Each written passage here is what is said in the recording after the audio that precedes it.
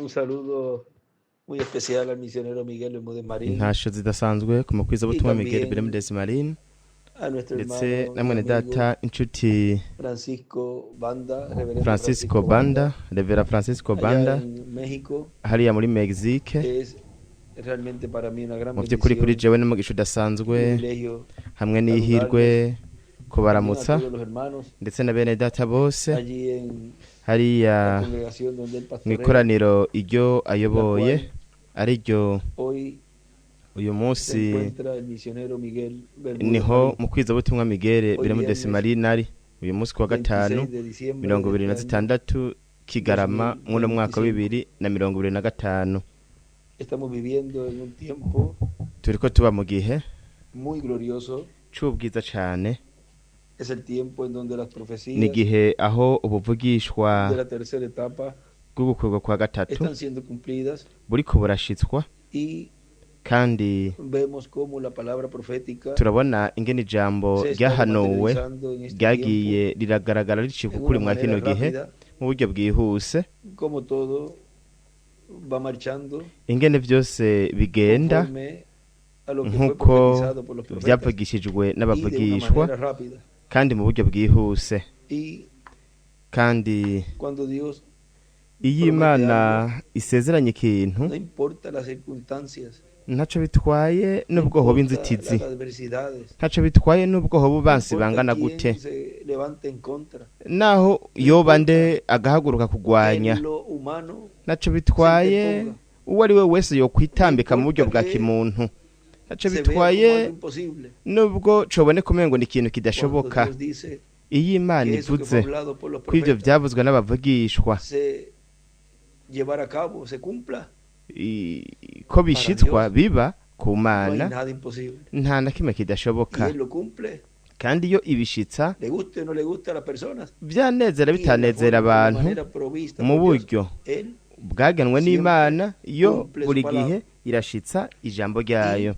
Kandi lo más glorioso de todo eso, igiteye igomwe mu byo además de byose, Dios cumplir su palabra, nyuma y'uko Imana iba yamaze es que gushitsa hay un ijambo pueblo ryayo, escogido de nuko Dios haba ihanga ryatoranijwe que n'Imana ven esa palabra ribona iryo siendo jambo cumplida, ririko la rirashitswa, ven en la escritura bakaribona mu y la vyanditswe creen. kandi Y cuando bakaryizera. Dios la cumple, Imana entonces yarishitsa, dice, esto era, nuko esto bakavuga es lo que bati estaba vyari escrito, ibi nivyo esto vyari era lo que vyaranditswe, ibi tú nivyo dijiste, tú wari prometiste waravuze por los profetas, warasezeranye ahora lo biciye mu estoy viendo con mis bavugishwa. propios ojos. Ati ubu ndiko Pero no ndavyibonera se queda n'amaso ahí, porque yanje. ahí entonces Ariko dice, ntibigarukira pero entonces ngaho, ahí, kuko baca baheza bakavuga oh bati Señor, he nuko podido rero ver que aho yo rero era mwami ndashobora kubona ese que tú yuko hablaste allá en nari el umwe tiempo wari waravuze hariya mu de gihe Moisés, en el ca tiempo de Mose, mu Daniel, gihe ca cuando Daniyeli, dijiste, igihe los entendidos bavuga yuko abagize ubwenge entenderían. ko Ese bazotahura. soy yo, porque yo estoy entendiendo Ati esto uwo ni que tú habías jewe kuko prometido, ndiko ndumva y ntahura ibi que wari habría un warasezeranye pueblo que te recibiría. ko hazobaho ihanga Por lo tanto, rizokwakira. Kubw'ivyo cuando rero ese cumplimiento igihe llevado a uko cabo, gushitswa el pueblo de Dios kubaye, entra en un ihanga avivamiento. ry'Imana rica Y ryinjira ese es el mw'ikanguro, avivamiento que fue kandi prometido iryo niryo kanguro en ryasezeranijwe el mensaje de los sellos, mu que butumwa dijo que había un bw'ibimatanijwe, avivamiento que aho yavuze tendría yuko hariho el ikanguro pueblo de Dios.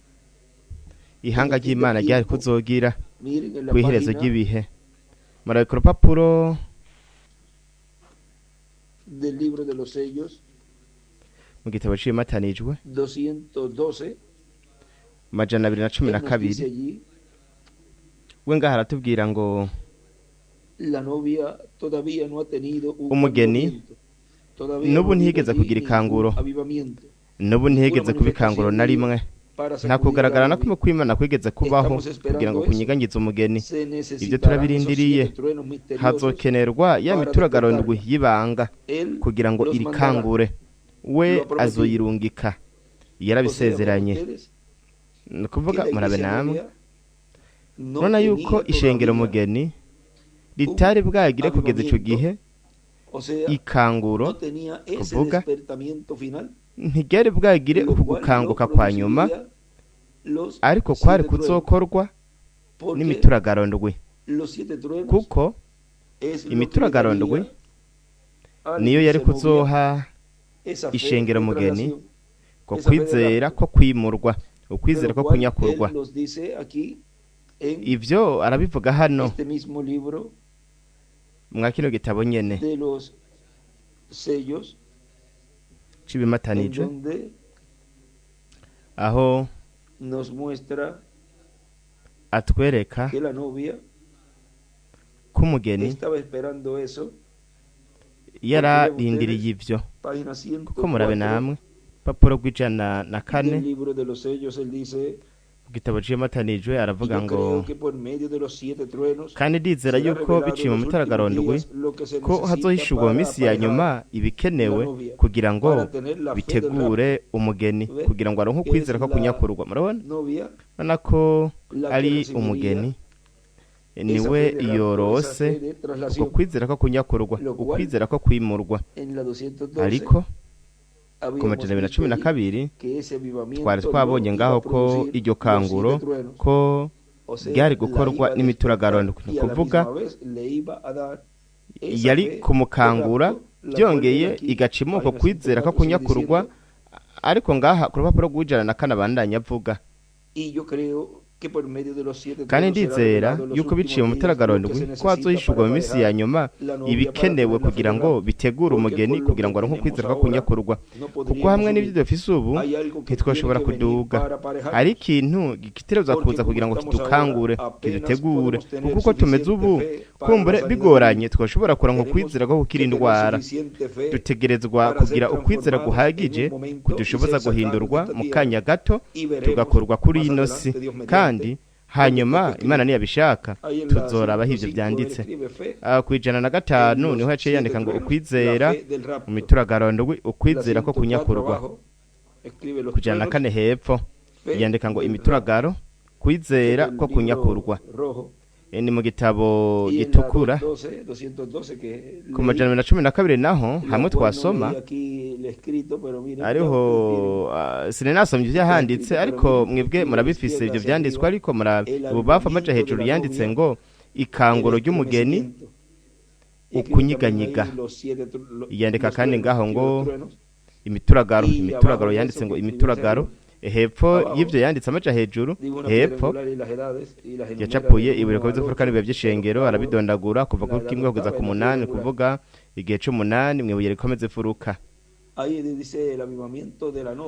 aho havuga ngo ikanguro ry'umugeni yandika ngo iry'umunani kuko hari mu gihe c'umunani niho iryo kanguro ryari kuzobera kandi murabona namwe ko iryo kanguro igihe ryari kuzoba ryari kanguro ry'iyo ntumwa kugira ngo hatange ukwizera ko kunyakurwa nuko rero murabe turi mu 2025 kandi turacari ku isi umugeni aracari ku isi yandi majambo mu ntumwa zose zamaze kuva mu mubiri nta numwe muri bo yatanze uko kwizera ko kunyakurwa ngo guha abatoranijwe kuko yaza kugutanga haba haramaze kuba ukunyakurwa mu yandi majambo rero duteruza kuraba iryo banga igikimatere c'indwi kiriko kirahishurwa arico marayika w'inkomezi ari we mpwemu yera aho turabona mu vyeshu gice c'icumi amanuka afise ico gitabo kandi ivyo mwibuke yuko biba nyuma yo kuva ku ntebe yo kutwingingira kubw'ivyo rero mu gihe yari akiri ku ntebe yo kutwingingira yari gushobora gufata igitabo yandi majambo ntabwo hari ko haramenyekanishwa ibanga ry'ikimatane c'indwi ntabwo ryari icengero mukene ryari ko rirahabwa ukwizera ko kunyakurwa kuko ico gice cari kuzoba aho yari kuba ari ico gice aho yari ari nk'umuvugizi byari bihuye n'ahera mu kiringo c'ubuntu iri kanguro naryo rero yashatse kuvuga hano ni ikanguro rya nyuma mu gihe gishasha no mu kiringo gishasha ivyo nivyo mu kiringo c'ubwami rero ibintu byose vyerekanwe na Revera William Branham arivyo mu gitabo c'imatanijwe we ngaha aratwereka muri rya yerekwa rimwe yerekwa ry'ababa marayika kuko wari umugwi w'abamarayika ku rupapuro rw'amajana ane mirongo itandatu n'icenda mu gitabo c'imatanijwe mu kiespanyol haravuga ngo mwumvise ko nababwiye yuko umwe mw'abo bamarayika yari atandukanye n'abandi. Aho nyene aho havuga ngo mwumvise ko umwe mw'abo bamarayika, hejuru yaho ngo umwe mw'abo bamarayika yandika ngo Mose na Eliya. Hejuru ngaho nyene yandika ngo ivyeshuwe rimwe, havuga ngo mwumvise ko nababwiye, no kuvuga uhereye ngaho acatangura kwandika ivyo vyanditswe. Ivyeshuwe rimwe umurongo wa mbere, indwi umurongo wa kabiri, 11 umurongo wa gatatu, 19 10 kugeza ku 22. Rero murabona namwe ko ivyo vyanditswe biratwereka ukuza kuna mu marayika ari marayika afise ikidomesho c'Imana nzima. Mu vyeshuro Yohana igice c'indwi haravuga ati hanyuma y'ivyo mbona abamarayika bane bahagaze ku mfuruka zine z'isi, bafise imiyaga ine yo kw'isi, kugira ngo ntihagire umuyaga uhuha kw'isi canke ku kiyaga canke ku giti cose. Kandi mbona umumarayika wundi aduga ava iburasirazuba afise ikidomesho c'Imana nzima, asemerera n'ijwi rirenga abarira b'abamarayika bane bahawe konona isi n'ikiyaga, ati ntimugire ico mugira isi canke ikiyaga canke ibiti, tutaradoma ikimenyetso mu ruhanga rw'abagurano b'Imana yacu. Numva igitigiri c'abadomeho ikimenyetso ngo ni 144 abadomeho ikimenyetso mu miryango yose y'Abisirayeli. Aca atangura kudondagura imiryango yose, kuko murabona namwe ko mu kuba umumarayika arungikwa kugira ngo adome ko ikimenyetso kuri ivyo 144 imbere yuko atangura umubabaro mwinshi. Ico gituma mu gitabo c'imatanijwe we yatubwiye ko ivyo vyari kuzoba imbere yuko atangura umubabaro mwinshi. Papuro rw'amajana 359 mu gitabo c'ibimatanijwe. Ariko murabe namwe ngene we yerekana yanditse icanditswe ashaka kuvuga ku byo Mwenda Branham yavuze, aho yavuze yuko ivyeshuwe 11 arico kimwe n'ivyeshuwe 19, kandi ivyeshuwe 10 no kuza kwa Amerika y'inkomezi ari we mpwemu yera. Mu vyeshuwe 11 naho turabona mpwemu yera akora ubwo bukozi bwa Mose n'ubwa Eliya, ariko yaravuze yuko arico kimwe n'ivyeshuwe 19, kandi ivyeshuwe 19 naho turabona yuko ari kuza kuyagendera ku farasi yera, arya ari jambo ryambaye umubiri mu muntu. Aho icanditswe yanditse ngaho ni 19 10 kugeza ku 21. Ndakosoya ako gace ni ivyeshuwe 19 10 kugeza ku 21. None rero murabe ico canditswe mbega kivuga gute? Kiravuga kiti ivyeshuwe 19 murongo 11 haravuga ngo mbona ijuru ryuguruye kandi mbona ifarasi y'igitare, uyivyagiyeko yitwa mwizigirwa, irindi ni munyakuri, aca amateka akagwana intambara mu bugororotsi, inyonga ziwe ni imbeya z'umuriro, no mu mutwe yambaye imigara myinshi, kandi afise izina ryanditswe nta uriza atari we wenyene. Yambaye impuzu zajoswe mu maraso, kandi yitwa ijambo w'Imana. Ingabo zo mw'ijuru ziramukurikira zicaye ku mafarasi y'ibitare, zambaye impuzu nziza zera derere zitanduye. Mu kanwa kiwe havamwo inkota ikarishe, kugira ngo ayikubite amahanga. Azoyaragiza inkoni y'icuma, kandi aganishiriza ibirenge mu bwato vino y'uburake bw'inkazi bw'Imana ishobora byose. Kandi ku mpuzu ziwe no ku kibero afite izina ryanditsweko ngo umwami w'abami uganza abaganza. Mbona umumarayika ahagaze ku zuba, asemera n'ijwi rirenga, abarira ibisiga byose biguruka byatiriye ijuru, ati nimuze mukoranira amazimano menshi y'Imana ngo murye inyama z'abami n'iz'abakuru n'iz'abagabisha b'abasoda n'iz'abahizi n'iz'amafarasi n'iz'abayicarako n'iz'abantu bose abidegembya n'abagurana boroshe n'abahambaye. Mbona ca gikoko n'abami bo kw'isi n'ingabo zabo bakoraniye kugwanya uvyagiye kuri ya farasi n'ingabo ziwe, kuvuga ngo bakoraniye kugwanya umwami mu kuza kwiwe hamwe n'abatoranijwe. Ico gikoko gifatwa mpiri bana wa muvugishwa w'ibinyoma yakorera bya bimenyetso mu maso yacu, akabizimirisha bemeye gushirwa kw'ikimenyetso ca gikoko n'abasenga igishushanyo cacu.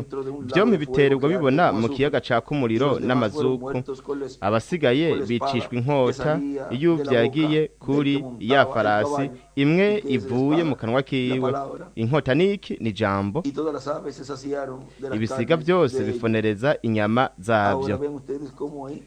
Rero murabona namwe ngere ngaho tubona ugo rugamba aho umuvugishwa w'ikinyoma antikristo umuntu w'icaha azogaba igitero kuri uwo agendera ku farasi yera ari bwo arububasha ijambo ritunganye. Rero murabe kurupapuro rw'amajana 39 ni hamwe twariko turasoma aravuga mwumvise yuko nababwiye yuko umwe mw'abo bamarayika yaratandukanye n'abandi, yanyeretse atandukanye n'abandi, bari mu mugwi wa batatu muri buri ruhande n'umwe hejuru. Uwari ari iruhande rwanje mparuye mpereye bubafu nja iburyo, uwo yari kuba marayika w'indwi. We yarakayangana cane kandi kuri jewe yarafise ico asobanura kurusha abandi. Nababwiye yuko yari yafoye igikiriza nk'uku ariko aguruka yerekeza mu buseruko. Aho iburyo yandika ngo mu buseruko. Nababwiye kandi ko yandugije yanzamuye, muravyibuka? Aho yandika hepfo ngo nababwiye kandi hepfo mwo murongo yandika ngo Mose yadugije Eliya. Rero nguyu niwe yarafise ikimatanije c'indwi. Aho hejuru yandika ngo Mose na Eliya bafise ukuza kwa kabiri kwa Kristo. Arico namanya ari nk'ikibazo mu buzima bwanje bwose, mu bwenge bwanje bwose, ubuzima bwanje bwose. Aho hejuru yandika ngo uhereye ngo nacamanye aho ukubandanya hejuru uwo murongo yandika ngo uwo muntu azoba arinde ubuzoshikirizwamwo ukuza kwa kabiri, kuvuga ngo yavyanditse asa n'uri karabaza. Uwo muntu azoba arinde ateza kuba ari wacunguwe n'amaraso ariyo yasesetse mu kuza kwa mbere ko mwami uwugize umuryango. Rero murabe ingene hariho abantu yego babona bakabona ukuza k'umwami no gushitswa kwako, hari abandi nabo batabibona.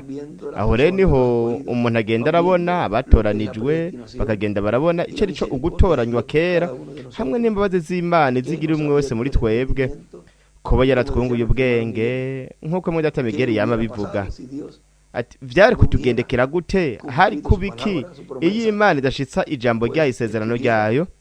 Nuko rero abantu bobaye bari mw'idini itagira iyo rihereza, kandi hociye haza rero urupfu rwo mu gihugu nk'aya mu bwa mbere na mbere, hanyuma urupfu urugaragara ruboneka, kandi ntihoshikijwe amasezerano y'izuka hamwe no guhindurwa. Ariko kubera ko hari isezerano ko hazoba izuka hamwe no guhindurwa, nuko rero Imana irahishurira ibanga ry'ikimatera c'indwi gute mu kuronga kugushitswa kw'ivyo yavuze ko azoba rukuza kwayo. Nico gituma ikibazo cabajijwe neza, uwo muntu azoba arinde. Nuko rero nimba ukuza k'umwami gushikirizwa mu muntu no kurondera rero uwo muntu kugira ngo turabe ngo ninde uwo yavuze ko azoba ari karashitsa ukuza kwiwe mwa kino gihe ca nyuma. Kandi aho yaravuze ngo Mose na Eliya bafise ukuza kwa kabiri kwa Kristo. Ico ni ivyo ni ibintu yanditse ku murongo wa mbere. Ku murongo wa kabiri naho acandika ngo uwo muntu azoba arinde ubuzoshikirizwa mu kuza kwa kabiri. Acabana nyavuga mu data Branham. Amen. Ibindi bimatanijwe byari bifise ico bisobanura kuri jewe nivyo, ariko mwe ntimwo kwibaza ico casobanura kino cindwe. Hejuru yico casobanura ikicindwe yandika ngo ukuza kwa kabiri k'umwami. No kuvuga ngo ikimatanije cindwe nico kirimwo ukuza kwa kabiri k'umwami. Rero kubobaye mwa kino gihe ca nyuma bariko barakira ukuza kwiwe nibo ari bazima.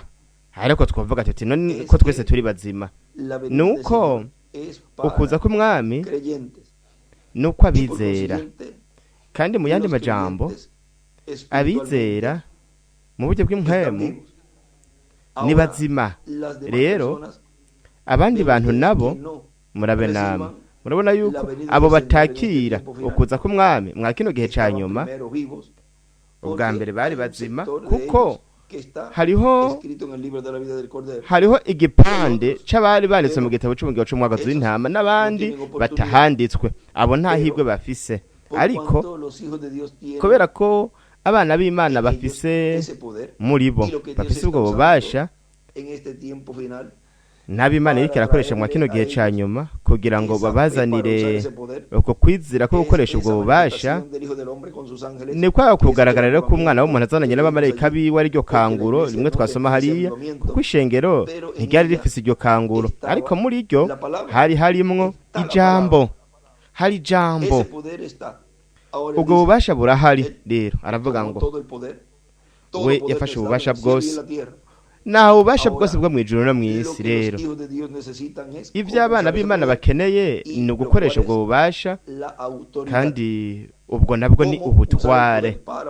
Ingene bokoresha ububasha kugira ngo bashobore kuronka ubwo butware, kugira ngo Imana rero ishingire intahe mu bana bayo ubwo butware. Nuko aho rero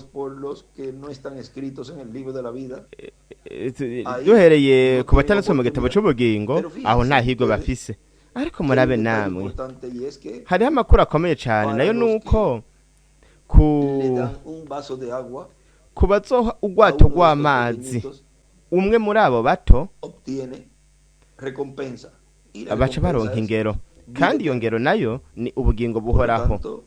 Kubw'ivyo rero harashobora kuba umuntu yoba ari muri ico gice c'uwo mugwi, nuko akaba atanumvise ubutumwa, hanyuma Imana ikamuha ihirwe ry'ubugingo budashira kubwo watoranijwe, akaronka bityo ubugingo bwo mu buryo bw'impwemu. Rero hariho abantu aribo batanditswe mu gitabo c'umwagazi w'intama, banditswe ariko bakaba banditswe mu gitabo c'ubugingo, aribo bashobora gufutwa. kandi mu gufutwa naho rero aho rero nahigwe basubira kuronka kugira ngo bongere bandikweyo, baca batandukanwa n'Imana burundu. Muko batandukanywe n'Imana rero nuko ubwo n'urupfu rwo mu buryo bw'impwemu.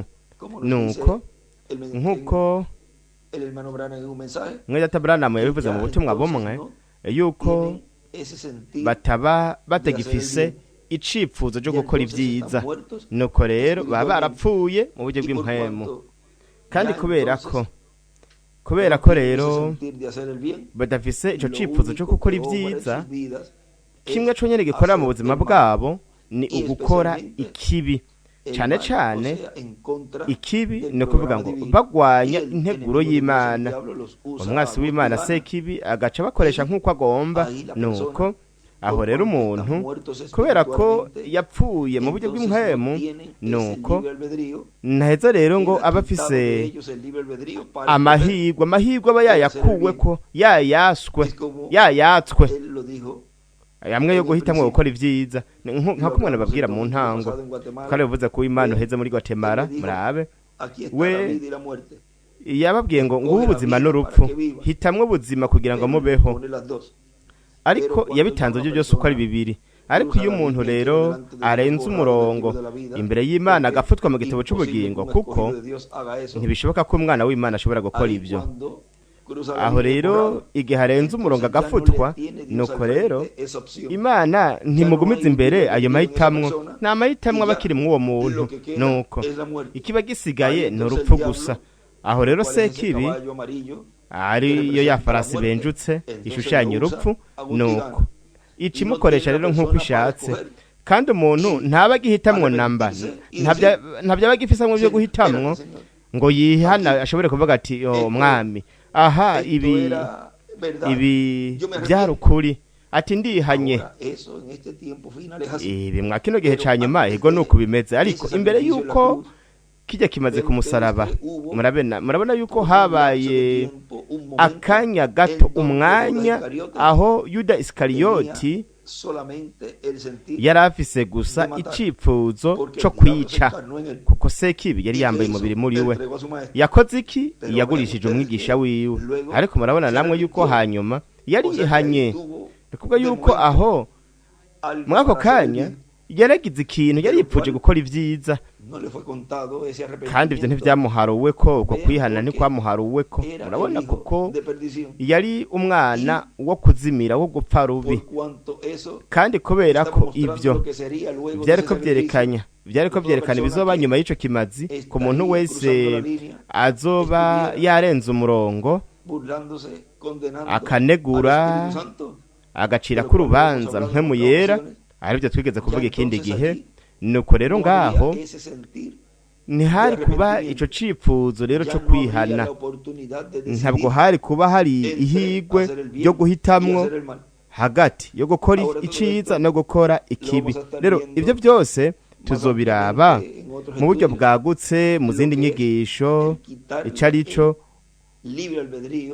ukwaka amahitamwo umuntu kuko ico ni kintu Imana yahaye ikiremwa muntu ariko murona yuko mu kimpumbi mu nganje bweze y'imyaka igihumbi aho ntihazoba ibyo byuko umuntu ahitamwo aho hariho uguhitamwo kumwe gusa Imana imwe rudende inyigisho zimwe gusa hamwe n'ikintu kimwe gusa iciza ntabwo hari kijya gice kigihari n'ubu cyo guhitamwo gutoranya gucagura mu bintu bibiri canke urakurikira inyigisho zo mwihema canke ntuzikurikire hanyuma ugahangana n'ingaruka buri muntu wese agashobora kuvuga ati terega reka araduhata ko dutegerezwa kumwizera n'ubukozi bwiwe n'inyigisho zo mwihema kugira ngo turonke isezerano byiza buri gihe hama haza imburi kandi buri gihe biravugwa kugira ngo hanyuma ntimuze muvuge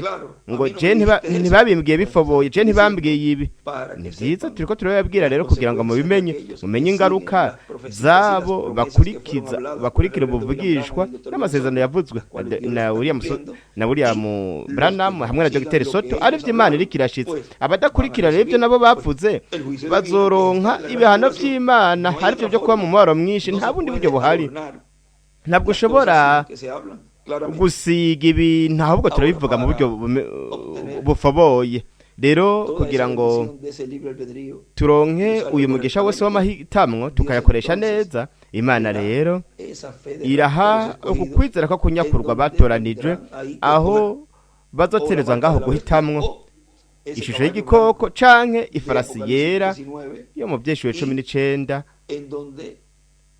aho kuba Poro kw'amajana 56 mu imatanijwe yavuze yuko wagendera ku farasi yera ko ari ijambo ryambaye umubiri mu muntu kuvuga ni urugamba uguhangana k'ubuzima n'urupfu Imana yongereye gushira imbere y'abana b'Imana ibyo bintu bibiri kugira ngo bakoreshe amahitamwo ariko mu kuba hasigaye umugwi w'abantu badafise amahitamwo kuko base ubuzima nuko rero baca bahomba ayo mahitamwo Imana mwa kino gihe ca nyuma irikira twereka itumenyesha ibintu byose bijanye no kukwizera ko kunyakurwa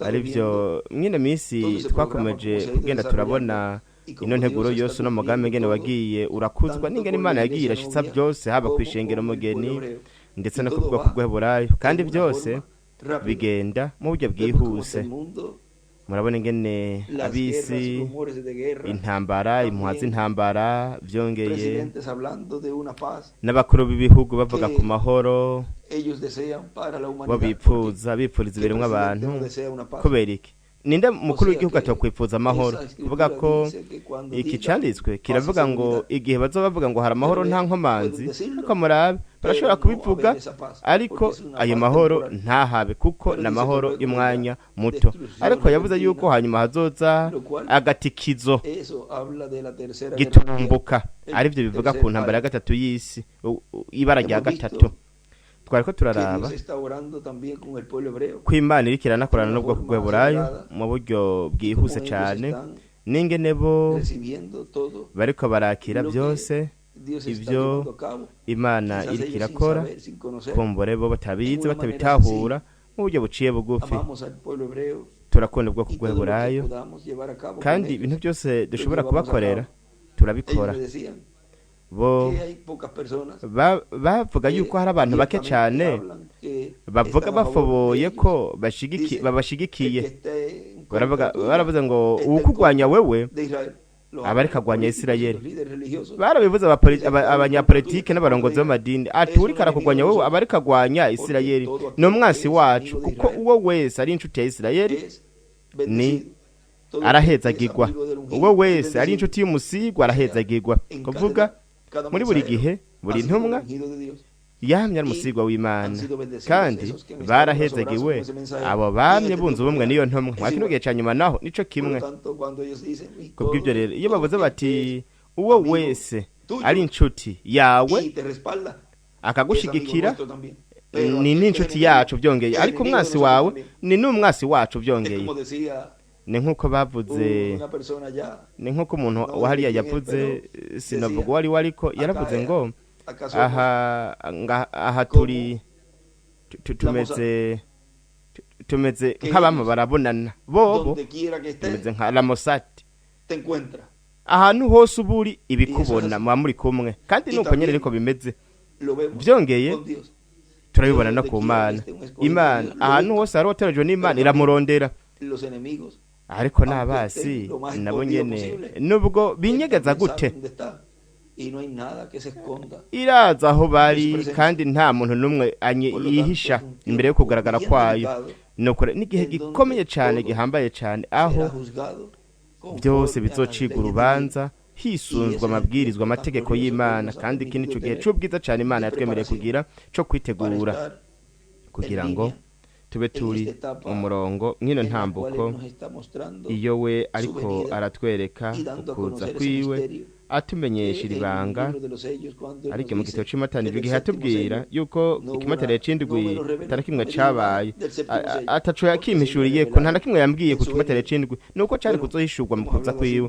Ni byiza twariko turavuga nkuko ariko ndungikira ntasho mu kwiza butumwa megere bero mutazi marine, none zahindutse ikiyago gisa ricimbitse gato kumbure, hanyuma tuzo kwagura utuntu tumwe twagiye turavuga dusa n'abacishagizako. Ariko ibintu byose Imana yamye igenda irashitsa nibyo yo yari yaravuze biciye mu bavugishwa, kandi cyane cyane by'umwihariko Revera William Branham ari wari integuza yo kuza kwa kabiri ku mwami. Nuko rero tube turyamiye amajanja ntiducikwe n'ivyo Imana iriko irakora, arivyo ntirikira tubwira ibintu mu buryo bufoboye cane, ahubwo hanyuma birakorwa, hanyuma hakaboneka ingaruka yabyo. Nta numwe ashobora kuvuga ngo ya reka dukora ibi na biriya. Ibintu Imana niyo iriko irabishitsa, iriko irabikora, kandi muzirikane yuko na ntaryo hazokwama hari abagwanya. Igihe cyose mpwemu yera yabwira yaganiriza intumwa yiwe ibyo ategereza gukora n'ibyo ategereza gushitsa, buri gihe hamye haba abagwanya abanegura, ariko ibyo tubigumiza mu biganza by'Imana kugira ngo abariyo ibiraba, tweho tugahanga amaso tukabana tuja imbere mu burongozi bwa mpwemu yera, tubanaye dukora ibintu byose tutegeka gukora. Hanyuma ku iherezo tuzoraba ngo umuntu yarinde mu buryo bufoboye neza, nubwo ijambo bwaryo ririko rirabihishura, kandi ibikorwa by'umuntu birerekana umugwa arimwo. Icumwe wese muri twebwe nk'umuntu giti cacu dukwiye kwihatiramwo ni ugushimira Imana kubw'umugwi we urimwo. hamwe n'igikorwa uri kurakora hamwe n'uri karagukoresha wewe umaze kumenya ukihuza na mpwemu yera ukamenya ko ari we karagukoresha uravuga uti nico gituma nakoze nk'uko. Iyo ubonye umuntu ariko arakora ukundi agwanya ibyavuzwe akagwanya ihema ubukozi hamwe n'abandi bene data Miguel na jewe n'abandi wuca umenya iyo mpwemu yariyo uwo si mpwemu yera.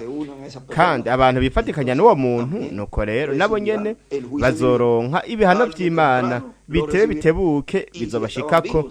Kandi namba ari bazima mu buryo bw'impwemu mu kubandanya abo bantu baca bapfa rero bakomeje abo bantu baca bapfa mu buryo bw'impwemu nk'uko Branham yavuze ati ari bazima barapfuye. Aho rese kibi aca atangura kubakoresha kandi uwo mu kugenda uraguka ugakura kugira ngo sekibi abakoreshe nk'uko agomba nk'uko tubivuga twebwe.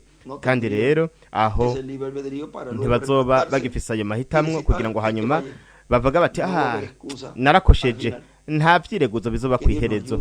Imana idufashe kandi tuzigame turinde ibyo byose kuko mwibuke yuko uburingere bwa gatanu buriko buriyugurura ku isi kandi izo mpwemu zitegerezwa kugira aho zikorera imbere y'umubabaro mwinshi kandi zitegerezwa kwinjira mu mibiri y'abantu kugira ngo zikore.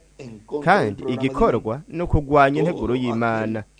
Uwo wese akomanta akavuga agwanya ihema n'inde Karpa Cathedral niyerekwa ihema n'inde Karpa Cathedral hamwe n'ubwoko bw'Heburayo agatoya Jesse mu bwoko bw'Heburayo ni byiza kubw'ibikorwa uriko rakora ku bwoko bw'Heburayo.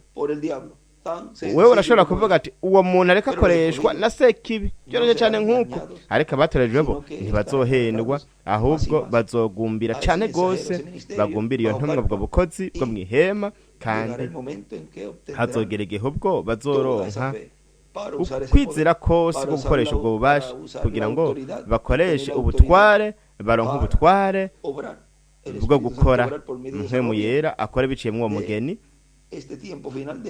mwa kino gihe ca nyuma mu gihe cyo kuzufurukamwe n'ikiringo cy'ubwami. Kandi ububasha n'ubwo butware buzokoreshwa neza. Kandi icifuzo ca mbere ico twe dushaka mu gukoresha ubwo bubasha n'ubwo butware nyuma yo guhindurwa kwacu ni ku miryango yacu ari byo mu gushitsa kwiyerekwa gihema. Aho turabona ibintu byinshi byari biriko biraba kandi byo twarabivuze kenshi mu nyigisho nyinshi zabanjije na Reverend William Branham yarabivuze na Dr. William Santiago yarabivuze. Aho habonetse ukuvugwa k'ubutumwa arico cari gice ikomeye cyane ukuvugwa k'ubutumwa kandi iki nico gihe aho igihe turimwo ubu niyo hagera igihe rero cyo guhamagarwa ku murongo wo gusengerwa ahazoba ari mu gihe aho bizoba biterezwa kuba aho bizobera kuko byose birafise intamboko yabyo umwanya biberamwo nta na kimwe gishobora kwitangira imbere canke ngo gitebe gicegwe byose bizobera umwanya wagenywe kandi tuzoraba ingene byo byose bizokwinjira ataguhindana habwe ibyo byose bizogenda biraboneka bigaragara mu buryo Imana izoba yarabitegekanije mu nteguro yayo. Intumwa yonyene niyizi ingene byo bikorwa n'ingene byo byose bizoba kuko ni mpwemu yera ayobora byose. Nivyo yabonye Reverend William Branham muyerekwa gihema yabonye ukwigishwa ko butumwa guhamagarwa murongo wo gusengerwa. None niki kizoba kiko kiraba ibyo byose nikuvuga yuko azogera igihubwo ibyo byose bizoba biriko biraboneka bikurikirana. Ubu turi mu gice gikomeye cyane igice c'ijambo kandi nico gice aho abana b'Imana bose bariko baragumbira iryo jambo kandi riko rirambara mubiri ca gitabo gihesha uburenganzira kiriko cambara mubiri muri bo ariko ari guhishurirwa Imana yariyo mu kuza kwa mbere turazi yariyo kandi tuzomenya n'Imana mu kuza kwa kabiri kandi turazi ni yariyo byongeye nuko re mubandanye mukorera Imana imisi yose ubuzima bwacu kandi tubikengurukire kubw'imigisha yaduhaye kandi ikabiri kiradukoresha muri kino gihe ca nyuma kugira ngo ishitse amasezerano yayo kuko turi abo bakozi kugira ngo dushitse ayo masezerano bwo buvugishwa ntabwo duca ngaha ku isi kubwo kuhaca gusa, ahubwo tuhaca kugira ngo dushitse ubuvugishwa, kugira ngo dushitse ivy'Imana yasezeranye, nko kuvuka kwa Yesu mu kuza kwiwe kwa mbere. Mwino minsi murabejo no munsi canke wari umunsi aho abisi abakristo bahimbaza kuvuga kwa Yesu, kandi ivyo turazi yuko atavutse ujya munsi, ahubwo yavutse hagati yo kwa kane no kwa gatanu, niko Branham yavuze. Kandi uko gushitswa ariko yavuze mu vugishwa Yesaya turabibona muri Yesu. Yesu yashikije yabaye umukozi, umukinyi wuko gushitswa. Mukoza kwiye kwa kabiri naho teroza kuba nkuko nyene, hateroza kuba umu acteur, umukozi, umukinyi, kugira ngo ashitse iryo sezerano, ubwo buvugishwa. Rero azobarinde, niko yavuze hariya Dr. William Soto mwabinga yandika ati uwo muntu azobarinde ubuzoshikirizwamwo ukuza kwa kabiri. Turazi uwo muntu wariwe, nikuvuga turazi wariwe ugushitswa kubwo buvugishwa, kuko havutse hagati mw'ishengero uwo yoshikije iryo sezerano, uw'Imana yoshikirijemwo iryo sezerano, uwugize ishengero. Havutse umwami, yavutse umwami, yavukiye umugeni. Icigwa cyo kuw'Imana tuzovuga kuri ibyo byose, aha tubwira ngo yavutse umwami, umwana w'inkumi, kandi aho tuzoraba bino byose bijanye kugeza aho Imana kugeza ku vy'Imana izotwemerera kuvuga ku bijanye n'uwo mwana azovukira umugeni. Papuro gw'ijana 46 kabandanya mu gitabo c'ibintu by'ishengero gikosoye ngaho haratubwira kuri ibyo byose. Vyiza, Imana guhezagira mu kwiza butumwa Miguel Bernardo Marini. Imana ikurinde, zari ntajo gusa ariko zahindutse ikiyago gisa n'icimbitse cyane, ikiyago kirekire, kandi turifuza yuko Imana vuba yoshitsa byose kugira ngo bityo tuve ngaha ku isi tuje mu mazimana y'ubukwe bw'umwagazi w'intama. Imana guhezagira mu kwiza butumwa Miguel Bernardo Marini. Imana ikurinde, ndetse na hariya kuri abo bose muri kumwe, Rusi n'umuryango wiwe na Revera Francisco Banda, hamwe na bene data bose bahariya, ndetse na bene data bose bo muri Amerika Latine yose no muri Karayibe. Kandi mugire umwaka mwiza w'iterambere 2026 uzimigisha y'Imana, ndetse n'imisi isigaye mw'uno mwaka naho nyene. Imana ibahezagire barinde mwese.